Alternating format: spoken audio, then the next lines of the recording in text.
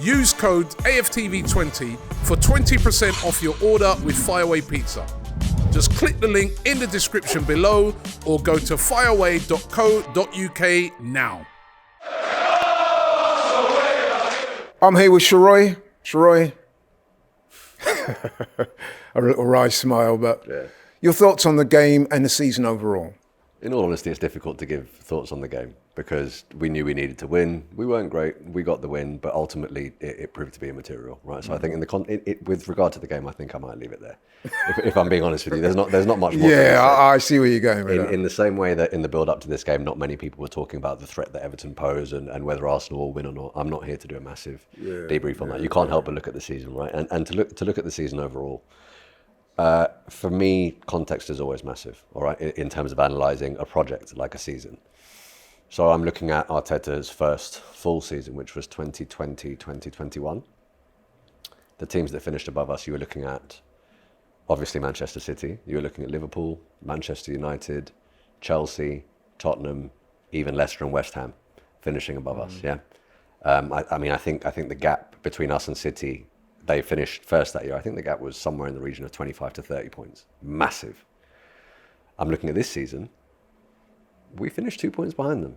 We finished 2 points behind them, you know? So obviously, it goes without saying that this is a season of progress. But what I want to look at is the things that have actually tangibly changed when it comes to this club since that point, right? We were, I would say, a thoroughly disengaged fan base at that point in time. I knew a lot of Arsenal fans that actually, even though they love the club, didn't watch that many games because you knew what was going to happen. Like even if we were up against a Leeds, and we finished one place above Leeds that year, you kind of knew that even if we win, it doesn't really matter because there's nothing on the line. We're not fighting.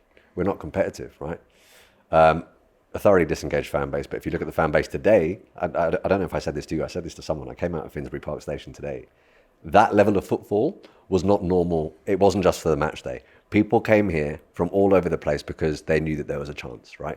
So that leads me to talk about the belief. The fans now definitely believe in what these players are doing. And I say that because they came out today, but also the players have given us reason to believe in that they didn't absolutely capitulate the way that we did last season. We had a blip of, in the second half of the season, one game. The damage was done in the first half of the season. We had a blip of one game and those are the margins, right? So the whole progress versus success thing, I'm an old school guy, bro. Success is nothing but winning, but progress should not be understated. Yeah, I think that's a very smart thing you said there, because there has been that discussion. Is this season, now that we finished second, is progression or successful? I would lean towards progression as well. Yes, you could argue it's been successful by virtue of the fact that, you know, the amount of wins we've had, the amount of clean sheets we've kept, etc., etc. But ultimately, we've got to be realistic. We didn't win any trophies this season. Is that a concern for you? I mean, the manager himself said it. If you listen to the way that he addresses the crowd, in fact, in years gone by, it was us having to remind the managers and the players of the standards, but he's addressing a packed Emirates Stadium and saying, do not be satisfied with that. We want more than that and we will get it. So I would be concerned if that wasn't the messaging coming from the man at the helm. But every single player there looked absolutely devastated. They were not happy with second, and us as fans aren't happy with second. You can be proud and not happy with second at the same time, right? But having said all of that, in terms of, you know, the clear strides that we've come along as a club, there is only so long that being second, you know, the novelty of closing the gap will wear off at some point. I'm not quite there yet, in that I'm not saying, you know, tear it all up and start again, but there comes a point where if this does persist, and we do keep falling short. So I certainly think that if City aren't going to win the league, it has to be us.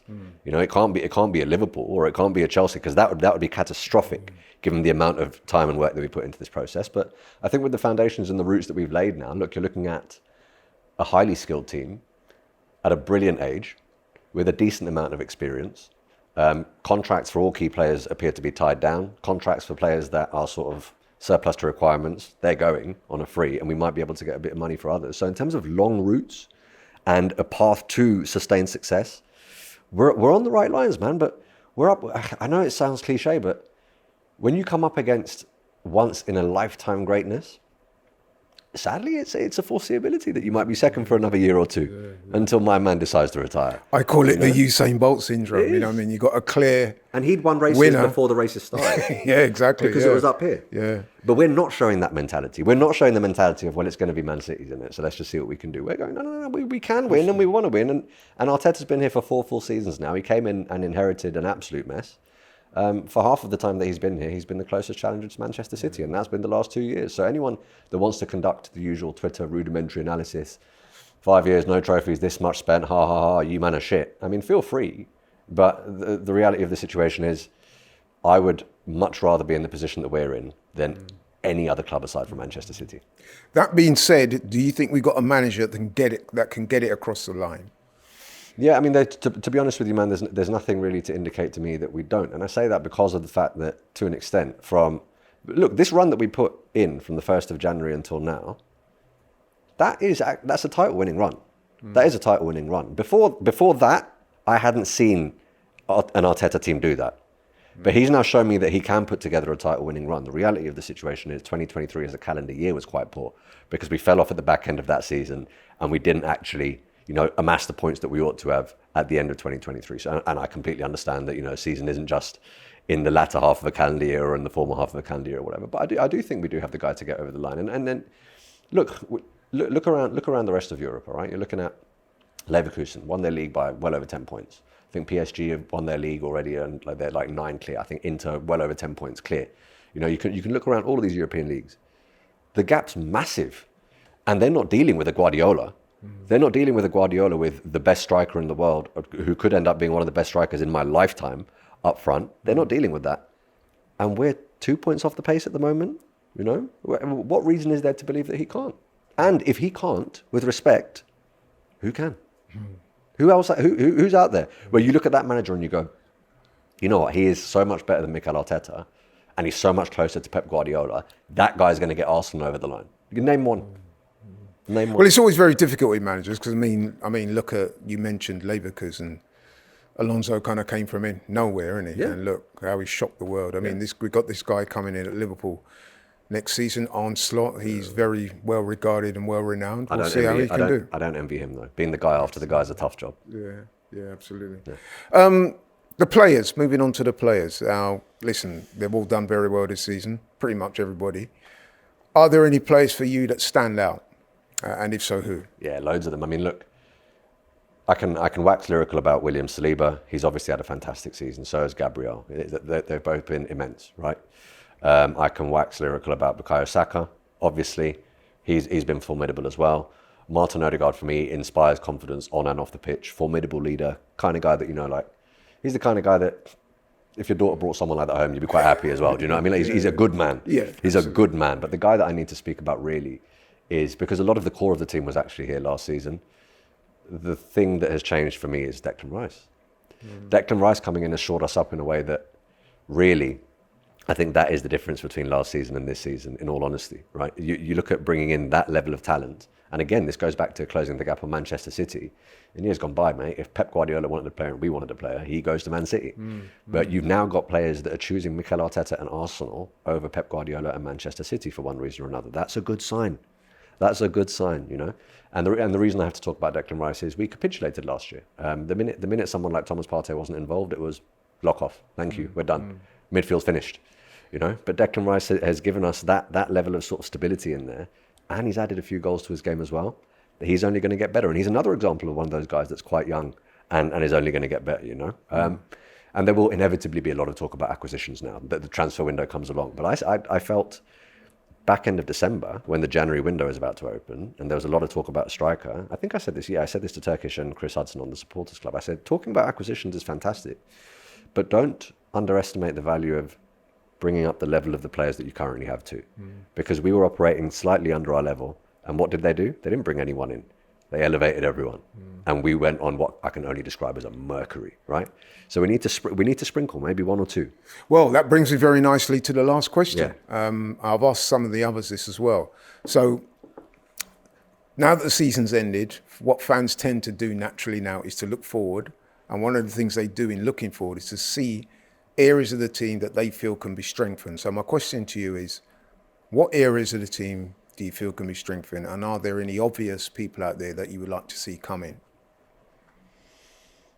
Is there anyone catching your eye that you think, yeah, we definitely need him at Arsenal? I think the club has to now acknowledge the fact that if you look at Aston Villa at home, Aston Villa away, even today to an extent, there have been quite a few games where, yes, we do get goals from all areas of the pitch, and we are a pretty free-flowing, free-scoring team. But there are certain situations where if you do have what people would describe as a traditional 9, you will get more. And you will amass more points. There is absolutely no harm in giving yourself another option. And you don't have to wholesale change your philosophy or your strategy or whatever. You can continue doing exactly what you're doing. Yeah. But have a better 9, a better gunman. And in all honesty, man, like I know a lot of people are talking about, maybe a Sesko, maybe a Gyökeres, maybe an Isak. People cuss me for saying this about Arteta. I back him, whoever he brings in.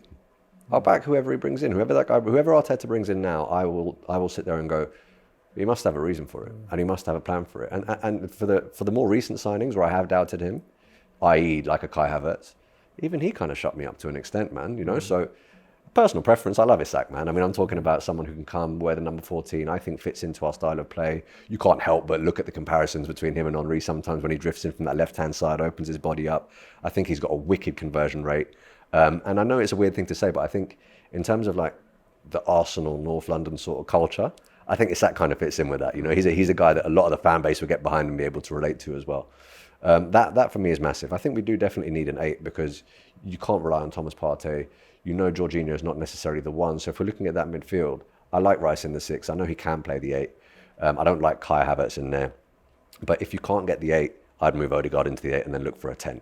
Like a world level 10, and there are a couple out there. Anyone in particular that's caught your fancy? I mean, this is the thing. Is it unrealistic if someone like Musiala wants a move and City want him for us to go in for him too? Are we still that far off in terms of those acquisitions? If you're looking at the Declan Rice signing, the answer would be no. Both teams could go for him, and you have a shootout. If you clean your wage bill up enough, I think you need to tap into the psychology of a player and be able to say you can join the ready-made team, you can join the finished article, or you can come and be the thing that tips us over the line and you go down in history. And for a lot of people, a lot of character types, that's a pretty attractive proposition. But I mean, in terms of the shape of the squad, man, I don't know if you listen to Scraps. You listen to Scraps? Yeah, I do, yeah. So, we're in it for the long run, like a marathon, and we are still in our prime, like we work for Amazon. It is what it is. Bars. It is what it is. We're still here. We're still primed. And the reality is, a lot of the experience that we have in this team comes from relatively youthful players now. It may not be the experience of winning the Champions League or winning the Premier League, but sometimes negative experience and painful experience can actually propel you towards getting to where you want to be. So look, I'm optimistic, but I can't sit here and pretend that today doesn't hurt. I just think I'm a little bit further along in the grieving process than most fans because of the fact that after the Villa game, I'd made my peace with what the likely scenario was.